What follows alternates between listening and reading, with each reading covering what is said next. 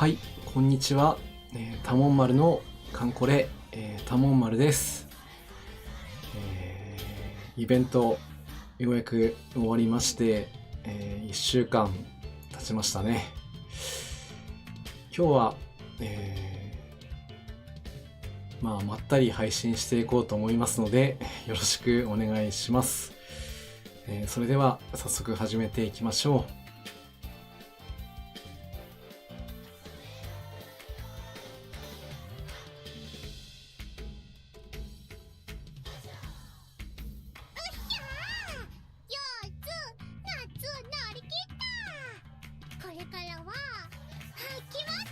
空母Qさん、こんばんは、お疲れ様です。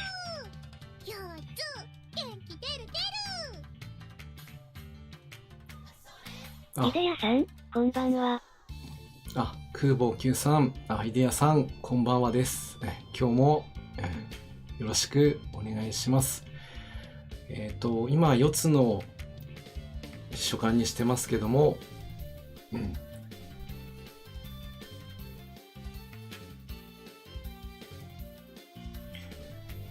運営さんの方からね、話がありました。鎮守府、秋祭りの予告がありましたね。おそらくというかね、さんま祭りが来るんじゃないかというふうに楽しみにしております。また、ハロウィンもね、ありますので、多分来週か、来週にはね、またアップデートあって新しい任務とかが、増えていくのかなと思うので、今からワクワクドキドキしております。今日は新しく、限定グラフィックになった子たちのね、姿を見ながら、あとは海域一つだけ攻略していこうかなと思います。4つのお仕事やるどうされますか？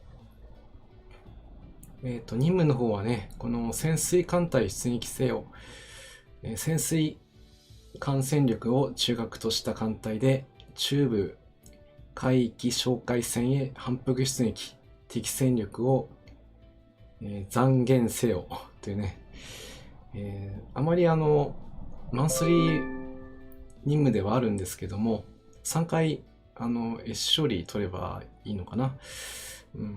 でもなかなかボスまでたどり着けなかったりして難しい任務なんですよね。なので、今日は攻略できないかもしれませんけども、そこはご容赦ください。はい。さて、それでは、早速出撃しますかね。これからは秋祭り、新宿秋祭りの季節。4つ元気出る。はい。そうだ、もう一つやらなきゃいけないというか、皆さんも多分やっているかと思うんですけど、山風がね、今回解任になりました。それで、新しく、ソナーがね、新装備として実装されています。そちらの回収もね、やっていこうかなと思うんですけど、行くよ。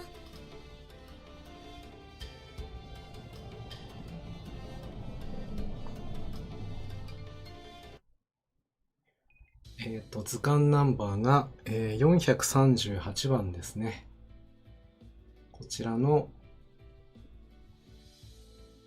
なんか今日は重いな。大丈夫かな。はい。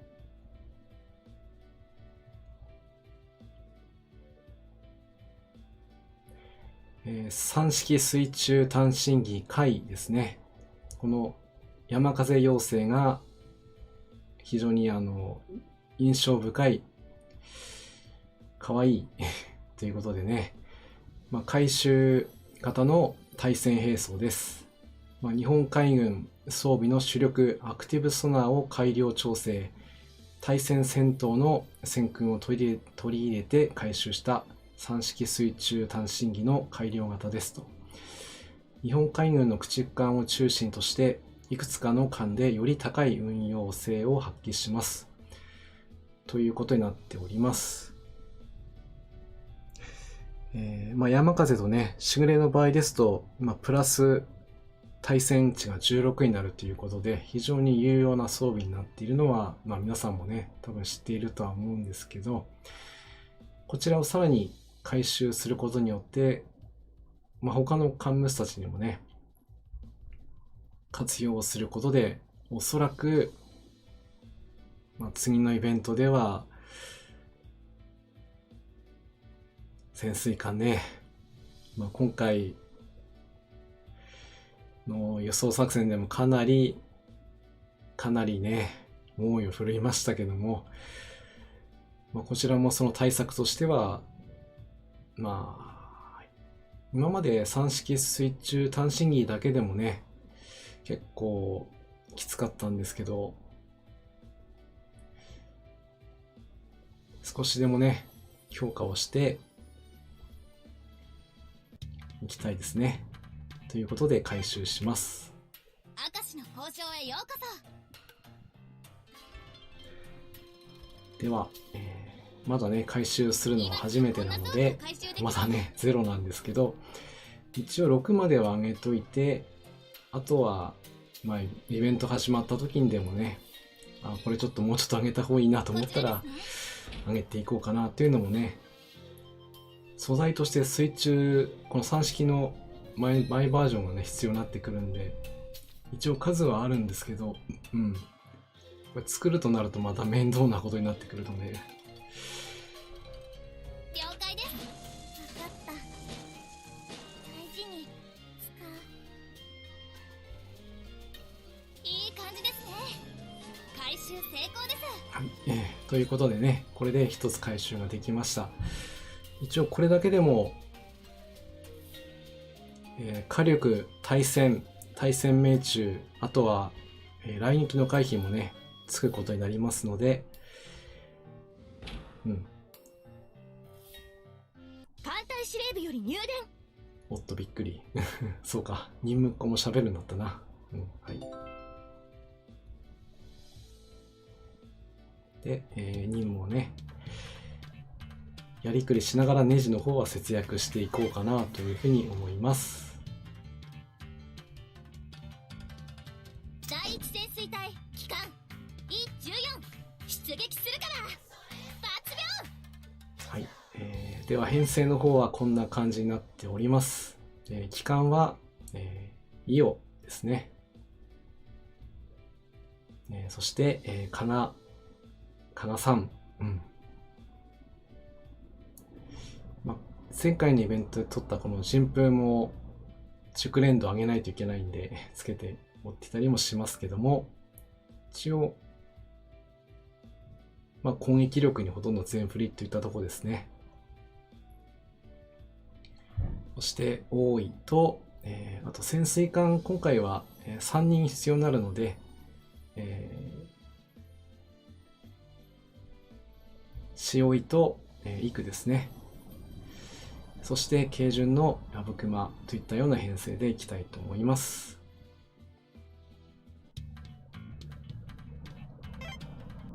鎮守府秋祭り。今回はね、どういった感じでやるのか楽しみですね。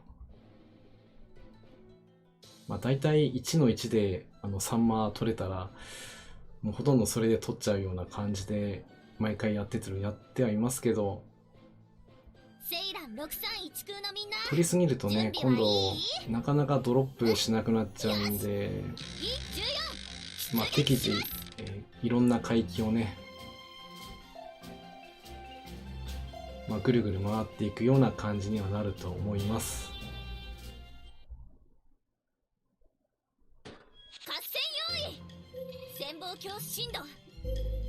1番から4番発射管開け。そうですね。あとこの海域に関しての編成も、合戦用意。潜望鏡進路。潜水艦と1番から4番発射管開け。あと軽巡洋艦といくよあと潜水母艦の編成でもね出撃させると、最短ルートで攻略もできるんですけど、その場合かなりね道中突破するのがきついんで、これはこれでちょっと編成的には重いかもしれないんですけど、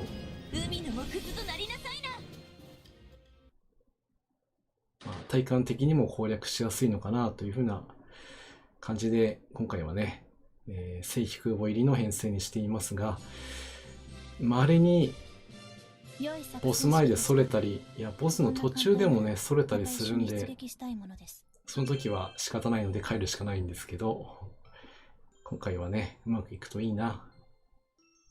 E168 よ。何よ、言いにくいの？じゃあイムヤでいいわ。あ、イムヤよろしくね。よろしくね。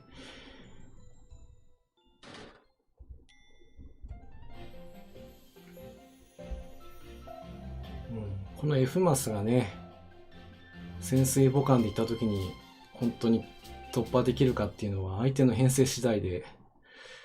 合戦用意、潜望鏡進度1番から4番発射本当に潜水艦絶対通さないマンがね出てきたりするとね、これもこれでちょっと やばいんだけどもね、先制攻撃で半分くらい落とさないとラインやられちゃうんで、頼むよ。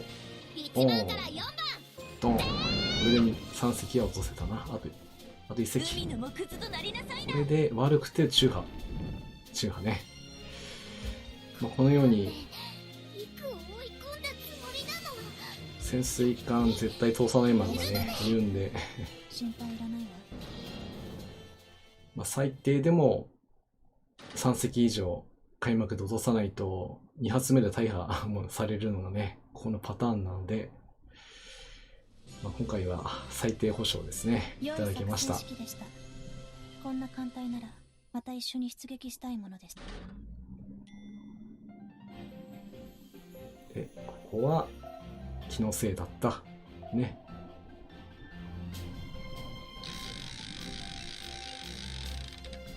やってしまった。これなのね。ここがそれちゃうんだよな。ここが割合でそれちゃうんでどうしようもないんですよね、ここね。このポイント。ここも稀にドロップがいいのが出る可能性はありますけど、なかなかね強いんでね、全部落とすのは無理なんだよな。そういう編成ではないんで。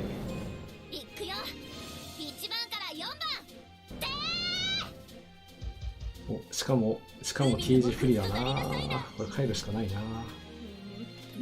赤城さん、あなたを残して来週一緒のわけにはいかないわ。皆さん、私の指示に従ってください。これは倒せるか。試してみるか。野戦行ってみます。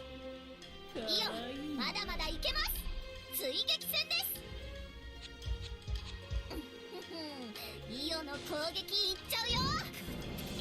ここは譲れません。イデヤさん、自分派それたくないので潜水母艦編成でやってます。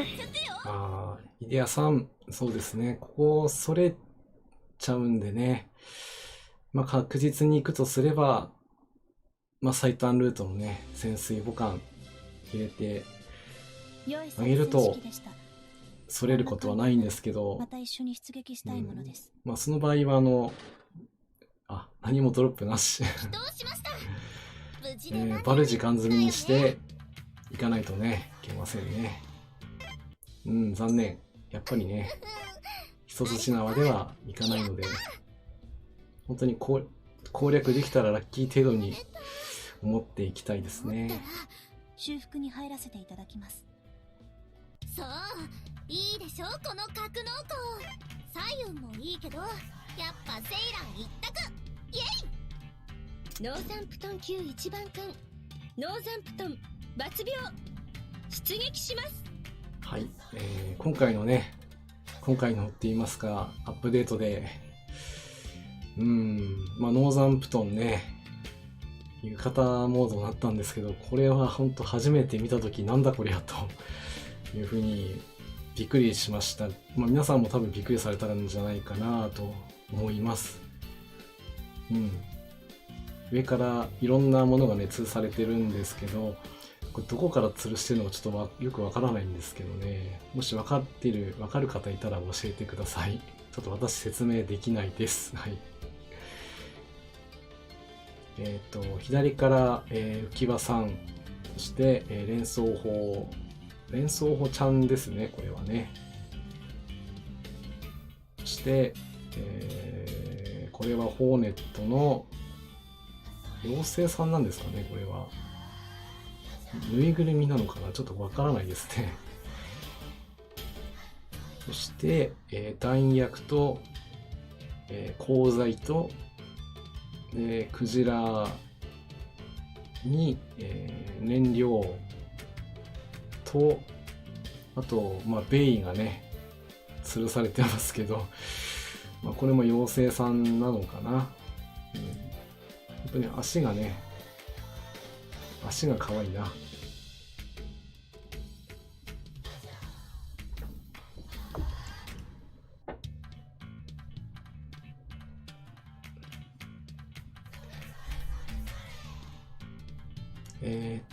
今日はね、ここで一つ、いろんな意味で正直は身を助けるよねというお話がありましたので紹介します。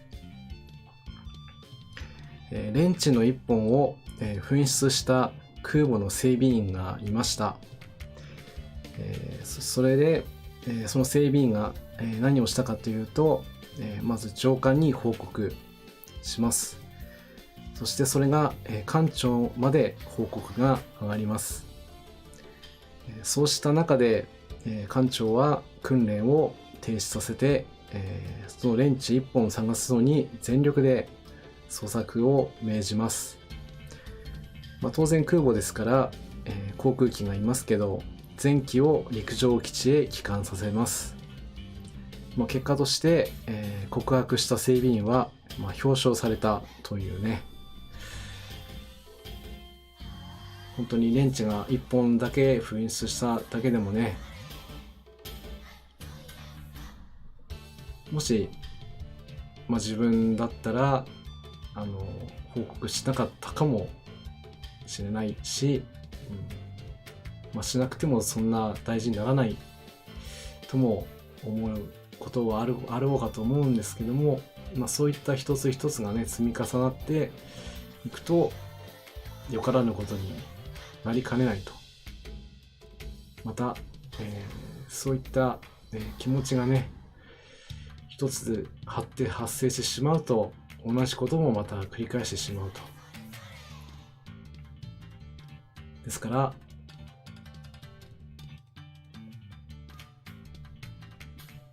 そういった後々のことも考えて、今は確かに、自分の落ち度で周りにね迷惑をかけることもあろうかと思うんですけども、それが後々ね大事にならないためにも勇気を出して、告白することが大切なんじゃないかなというふうに思います。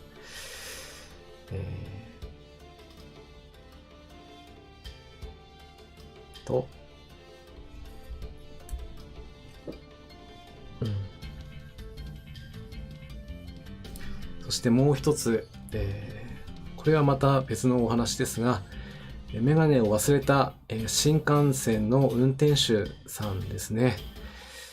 運転途中に気がつくと、裸眼でも一応見えていたということなので、気がつかなかったようですね。運行指令に、当然報告をします。そうしますと、列車は停止、そして対向列車で交代乗員を送り込むというくらいの、万全の体制を持ってまた運行を開始するというふうになります。自分のミスを即座に言ってもらえる組織は強い。恥ではない、表彰してもいいということなので、私もこういうことを、率先してね、やっていけるように頑張ります。はい、正直な報告が事故を防ぐでした。はい、でこれはこれで。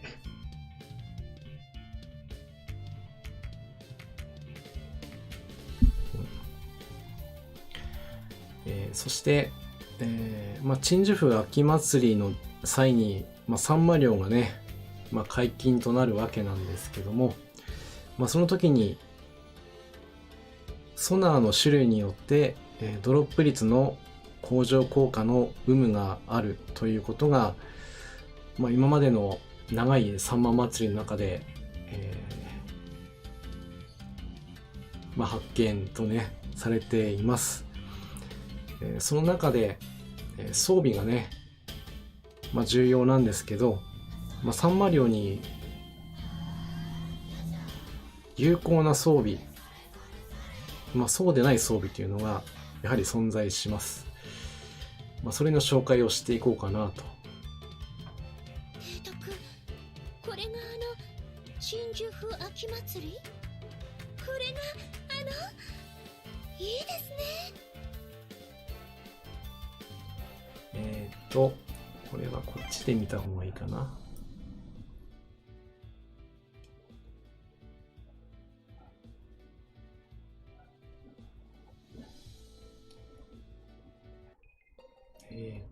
図鑑でいくと、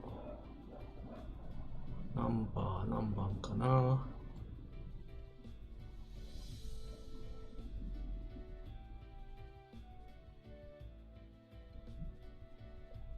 はい、こちらのね、3式水中探針機のノーマルバージョンですね。こちらの対戦兵装で、いわゆるアクティブソナーですね。ちょっとね、性能は残念ながらということを書かれてはいますけども、でも実際のところ、十分このソナーでも十分活躍できております。このようにアクティブソナーというふうに書かれている、ソナーはサンマ漁で、有効というふうにされておりますので、ドロップ率がね向上すると思われます。なのでぜひサンマ祭りでは、水中探針機の3式ね、これを使っていきましょう。対するこちらのね、93式の水中超音機の方なんですけども、こちらは、いわゆるパッシブソナーとなっています。こちらのソナーの場合は、サンマ祭りではちょっと性能的にというか、このパッシブということがどうも効果がないということが、証明というかねされているようなので、サンマ漁の時にはすいませんけど93式は使わないようにしましょう。あと4式水中探針機、こちらもねパッシブソナーとなっておりますので、そちらもちょっと効果がございません。なので、使わないようにしましょう。今のところ、パッシブソナーとして使えるのが、今紹介した、3式水中探針機と、今回実装されました3式水中探針機回、あとは欧州のねJ 型駆逐艦たちが持ってくるアリス妖精さんがいる、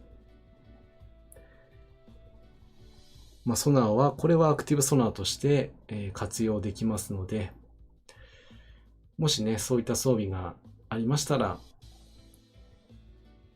装備させてあげるとサンマね取りやすくなると思うんで、ぜひ挑戦してみてください。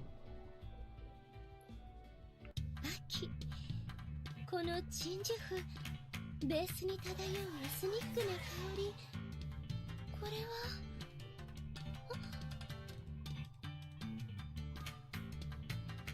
よし。さて、これで疲労の方は抜けたと思うんで、じゃあもう一回行ってみましょう。第一潜水隊機関 E14 出撃するから抜病。もしかして索敵足りなかったかなともちょっと思ったりもしていイデヤさんるので、、爆雷使うと乱獲できるけど収穫量がだんだんと減っていくのもありますね。それもありますね。爆雷は泥率は上がるんですけど、まあ、その後の泥率がね、急激に下がってしまうという、良い機体です。もうこれ以上サンマ取らなくてもいいかなぐらいの感じになったら使ってもまあいいとは思うんですけど、基本推奨はしないですね。爆雷するとね、やっぱり後味がちょっと悪いんで、私的には使わない方向で、収穫しようと思っています。まあ、皆さんはね、いろんな方法で収穫されても面白いと思うんで、セイラン631空のみんな準備はいい？よし E14 出撃します。楽しみに、しましょ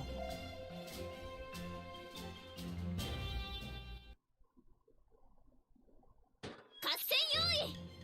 潜望鏡進度1番から4番発射管開け。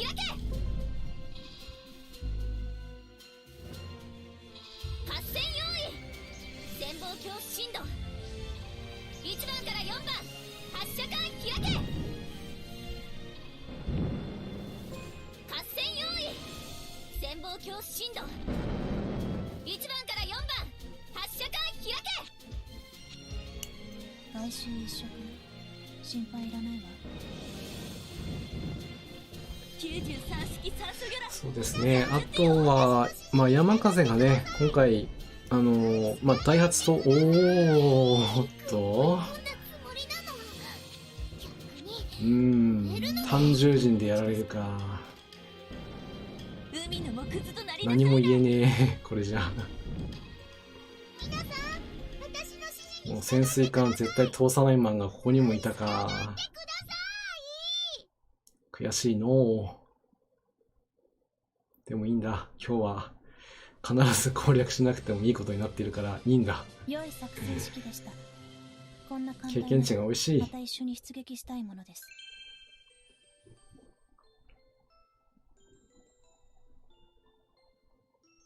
艦隊のアイドル、中ちゃんだよ。よろしく。ね、ここで中ちゃんだよっていうことでね。はい、帰ります。はい。祈祷しました。あ無事あ、で何よりだよね。 1本目から返されると辛いな。ありがとう。やった攻略はしないと言ったけどおも、風呂直行。一回も行かないのはちょっとね、悔しいので、みゆきも北上もう少し頑張りますさんと一緒だったら楽しいのに。ノーサンプトン級1番艦第二潜水船隊機関上下発病。いい匂い、たまんないね。鎮守府秋祭りの屋台。提督、次何食べる？私はね、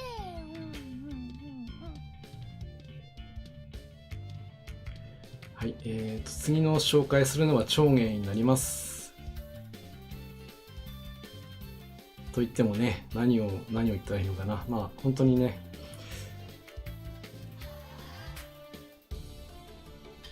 ジンゲーの時もそうだったんですけども、新規艦の子でこうやってグラフィックがね、次々と投入されていくあたりが、最近の、カンコレのね、流れとも言うべきものではあると思うんですけど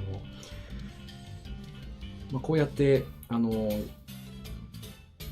手にね、食べ物を持ってるというのもね、まあ本当定番になりつつあるなというふうに思います。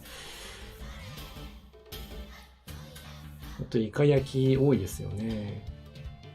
美味しいんだよな。外で食べるイカ焼きはまた格別。もっと、ちゃんと浴衣のこともね解説しないといけないと思うんですが、なかなかね、さっきノーザンプトンのインパクトが強すぎるんで、ちょっと控えめになっちゃいますけども、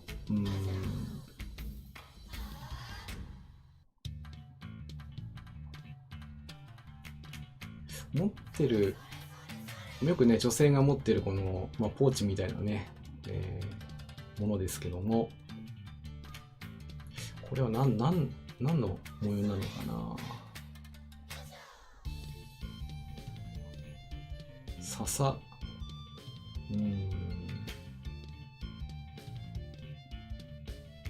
からないなもしこの、持ってるもののね、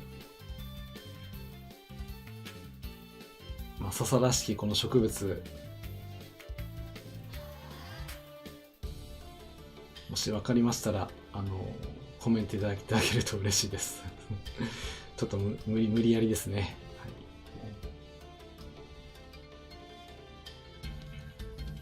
人芸に長芸、そして大芸とね3人揃って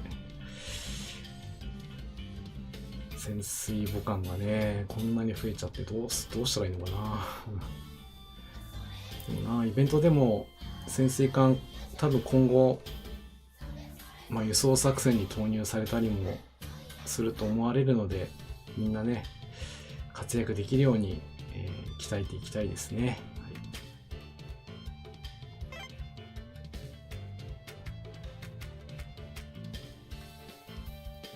ノーザンプトン級一番艦第11潜水戦隊 E203 危険？だいぶ改良したよ。多分平気。はい、そして、前回の新機関ではないんですけど、フーミーですね。この子もね、ヨナもそうなんですけどもね、潜水艦の新しい子はバンバン新規グラが入ってきてて、ちょっと前々からいる子でね、さっきイムヤも出たりしたんですけど、限定グラフィック来てほしいなと思ったりしてるんですけど、なかなか来ないですね。仕方ないね。それはそれとして、ヨナもね、全体的に落ち着いた色合いの、色地をしてます。前の、私服モードの時も、シルバーのね、模様の服を着ていましたけど、今回もね、そういったちょっと落ち着いた感じの、やはり見た目シルバーですけどもね、中ハエとかは多分皆さん見ていると思うんでかなりはだけますけど、やはり、水中の中を高速で動くというこの子にはそういうのが似合っているのかなというふうに思います。ね。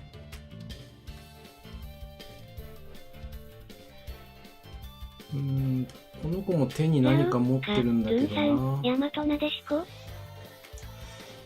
そうですね、大和なでしこ風の、そうですよね、髪飾りというか、髪型が前はただ結んだだけだったんですけど、これなんて言ったらいいんですかね、後ろでこうひとまとめにしてる感じなので、ちょっと特殊な髪型ですよね。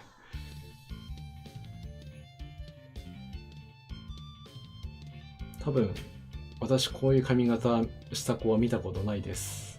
はい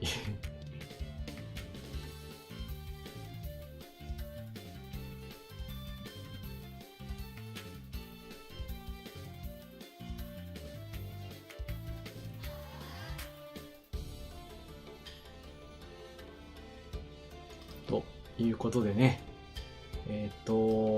手に持ってるものがね、何なのかがちょっとわからないな。拡大して、なんだろうな。花のようにも見えますけど、ちょっとわからないですね。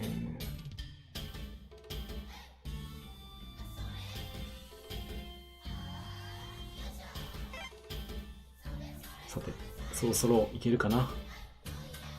第一潜水隊機関 E14 出撃するからうん抜病。派手にやられちゃったからな。もうちょっと待ってから行こうと思います。なので、次の子の紹介していこうかな。ノーサンプトン級一番艦対土級戦艦コンデ・ディカポール出撃。いや、なんか楽しそう。わしも行ってもいいか？新宿秋祭り。はい、次の紹介する子はカプールですね。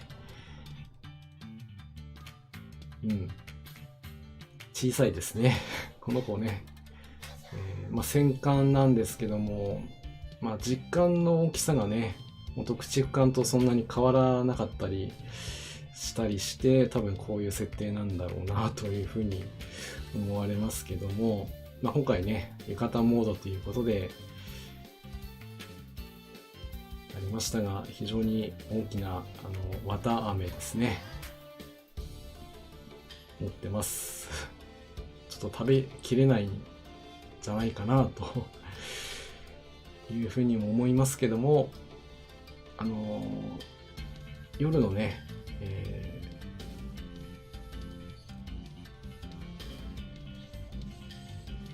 縁日でいいかな。そういったところで、販売されてる綿あめっていうのは、これくらいのね、ビッグサイズになってて、で、これを上からね、こう、覆いかぶさって、隠すというかね、やっぱり食べ物なので、それを、販売して、で、その上のものをひっぺがして中のものを食べるというようなのが定番なんだろうというふうに思います。なので、これはね、その、原型だったものはおそらく何かしらこ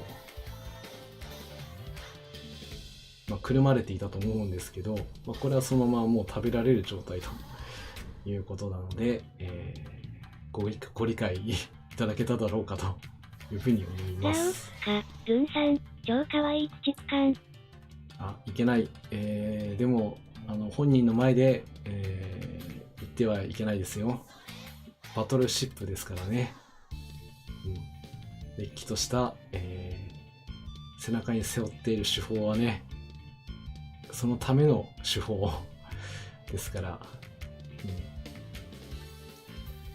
初めてね、この子が、出てきたというか、あったのが、前回イベントの、バナーでね、バナーっていうか、ありますよね。それぞれ海域の、紹介をしたときに、隅っこに、こう、顔を並べている子たちの中に、この子もいたんですけども、その背の、大きさから初めこの子駆逐艦じゃないかなというふうに思ってたんですけどね。味方になってみたら、この通りでしたので、いや本当にいろんな属性の子をぶち込んでくるなというふうに思いますね。話題に飽きが来ないといったところでしょうか。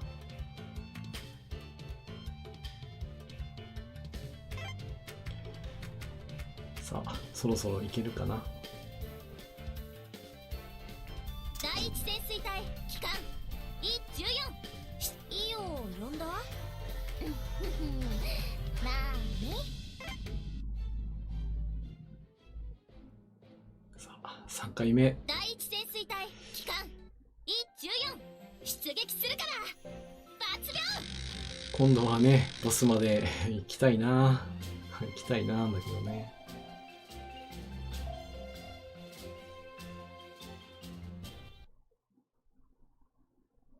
合戦用意。潜望鏡進路1番から4番発射開始。先ほど戦闘があっという間に終わってしまったんでね、ちょっと話が途中だったんですけども、イオの攻撃いっちゃうよ。山風が、今回会員になったことで、また新しいね、いくよ。1番から4番。特に内科艇が装備できる子が増えました。わあ、嬉しい。パチパチパチっていうことでね。あ、まずい。まずいよ。よし。さっきもね、このパターンだったけどね、今度は中波でギリギリ8でね、止まってくれたね。うん。2回目は同じ手は食わないと。うん。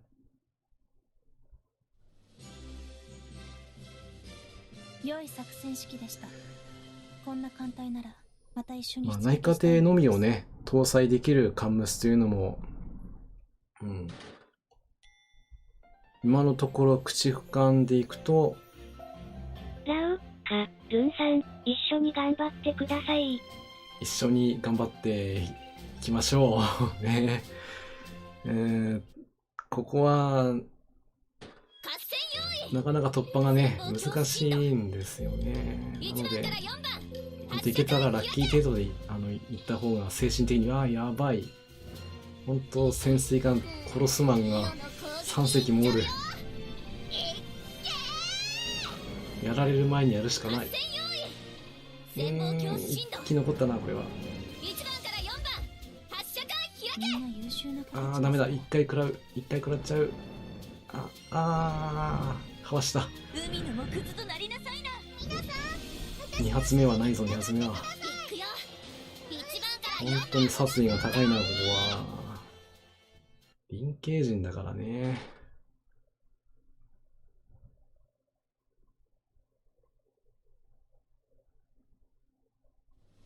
終わってみたら完全勝利。良い作戦式でした危ないこんなな。艦隊ならまた一緒に出撃したいものです。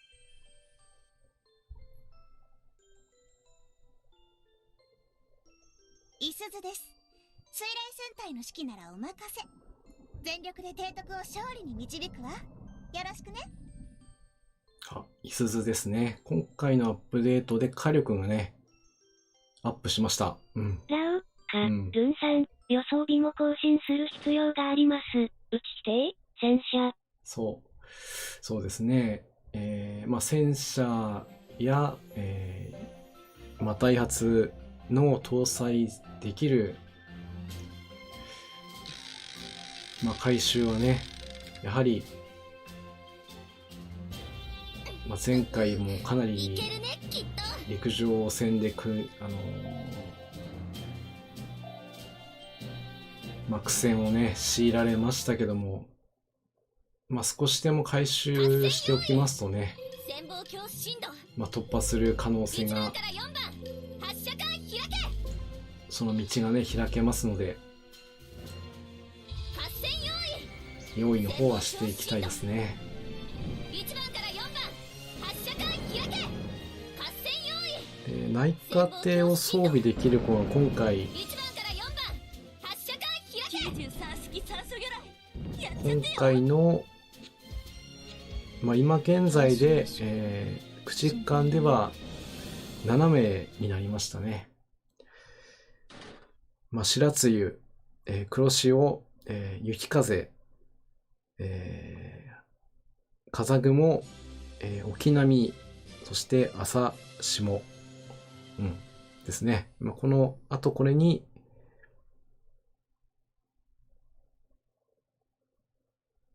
山風ですね。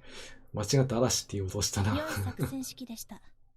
こんなイ艦隊ならデヤさん、高難度では回収必須ですからね。大切です。そうですね。大切ですね。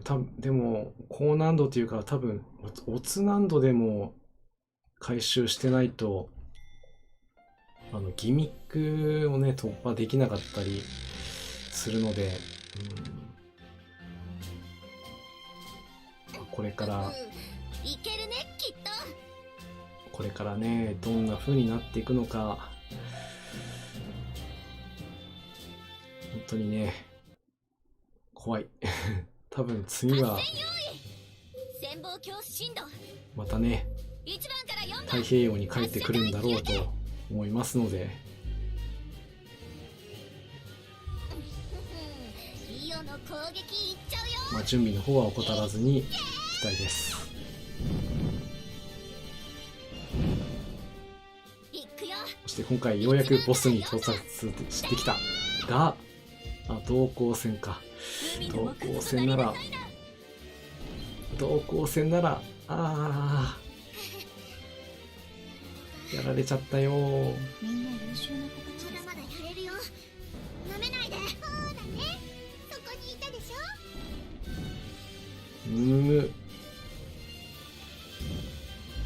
あと一隻だけでも落としてくれれば。1番から4番。よし、これで帰還だけなったな。これはもらいましたね。イオ、まだまだいけます。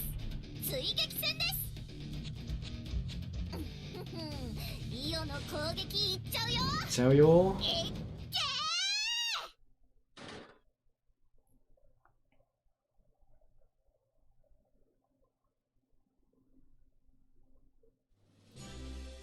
はい、ようやく決勝利ね、1回取れました。いやー大変だ。やっぱりここは。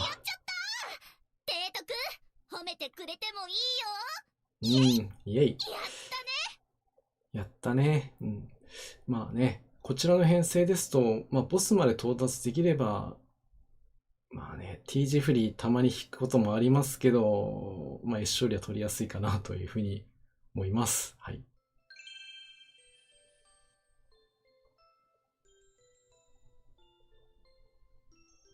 かげろう型駆逐艦8番艦雪風です。どうぞよろしくお願いします。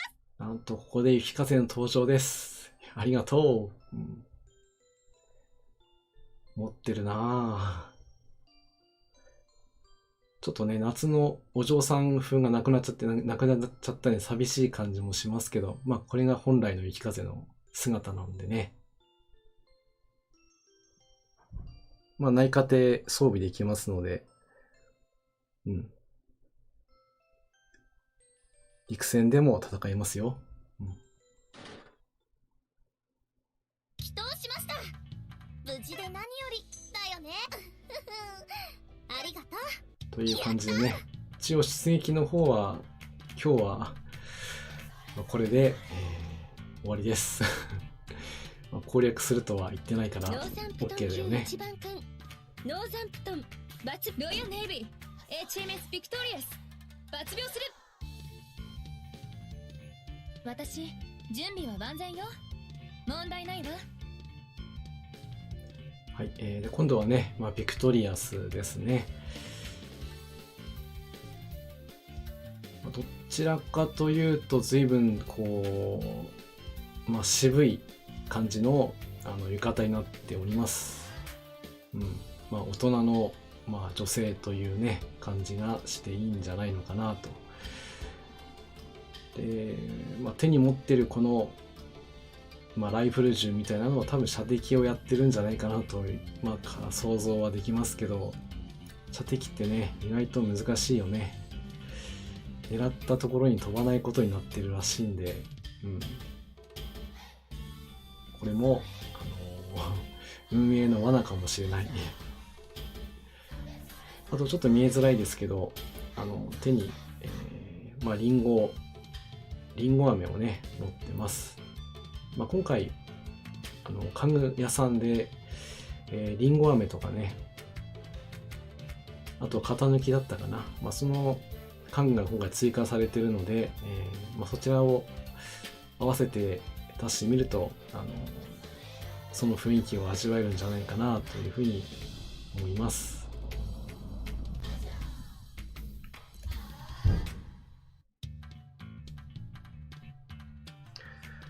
あと先ほどねダイハツとか、戦車とかね、これからも重要になってくる装備なんですけども、それを装備することができるカムスにはやっぱり限りがあります。特に、オツ難度以上になってくると、お札がねバンバンつけられちゃいますとね、後半になると足りないということになってきますのでね、まあであればね、もう全部情報が出てから出撃した方がまあいいよというふうになっちゃうんですけど、それやっちゃうと多分時間が的にちょっと間に合わなかったりする可能性があるので、まあ私なんかはそれを一番恐れてるもんですから、ある程度攻略情報がね出揃う前にね出撃してしまうと、ちょっと足りなくなったりするのが今回特に、ダイハツ、特にない家庭装備するカンムスにはだいぶ負担かけちゃったかなというふうに思ってます。なので、次回はねそうならないように、サブカンになっちゃうんですけども、ちょっとダイハツ詰める子の2人ほどね育成しようかなというふうに考えています。はい。育成する子はね、有明ですね。あの子は下位になれば、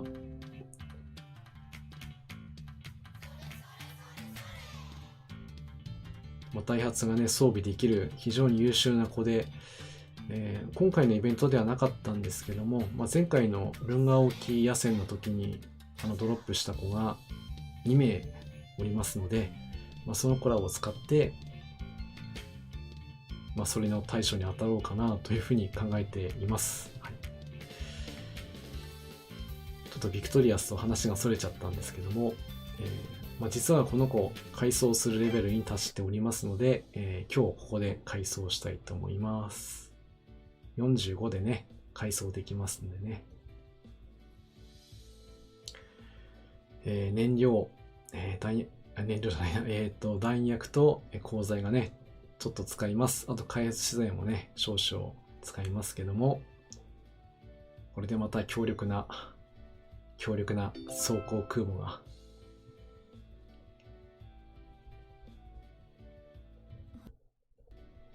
これは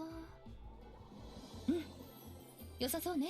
はい、これでビクトリアスの回になりました。これでコルセアマーク2を持ってきてくれますね。これも前回の特攻装備だったこともあって、今後も、活躍する機会があるんじゃないかなというふうに思います。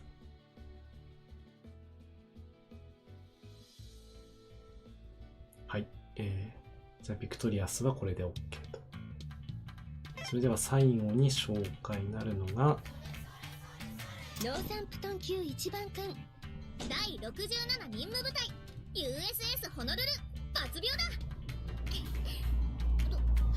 どうだろう提督、ジン2に教えてもらったんだ。浴衣ってやつ私に似合うかな。ジン2はありだって。やったぜ。かわいい最後にホロヌルを持ってきましたけども、やっぱりね、この子も手に持ってましたね。今回たこ焼きバージョンということで、前に出てきた子たちと比べるとまた雰囲気がね違いますね。何が一番かというとこのお面ですね。はい、皆さんもお気づきだろうと思いますけど、ノーサンプトンの時にはいなかったねこの例の人気キャラクターがねちゃんとここにいるわけですね。決してはぶられたわけではないということで、今日はねちょっと任務の方がねあまり残ってなかったので、新しくね新規グラフィックになった子たちを紹介しつつ、また次回の3枚イベントまあこれを楽しみにしつつというところで、配信させていただきましたが、いかがでしたでしょうか。おそらく、皆さんもね、次のアップデートを心待ちにしてると思いますけども、私も同じく楽しみにしております。なので早く、案内が来てくれると嬉しいなというふうに思います。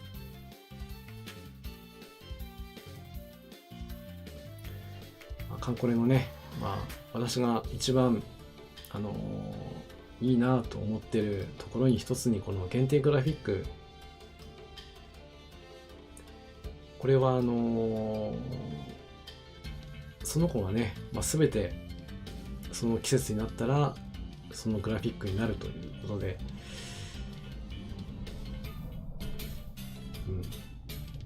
とてもいい仕様だと思いますし、今後もそのようになってほしいというふうに思います。多分これはこれからも変わっていかないんじゃないかと思います。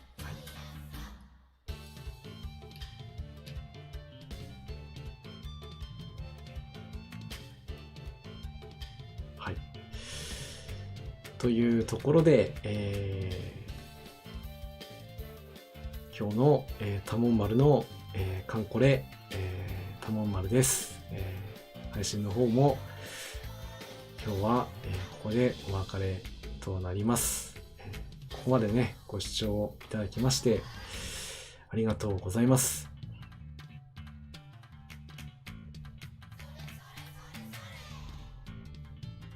またね、配信が決まりましたら、ご案内いたしますので、それまでの、お別れとなりますが、また次回もよろしくお願いいたします。それでは皆さんお元気で、じゃあね。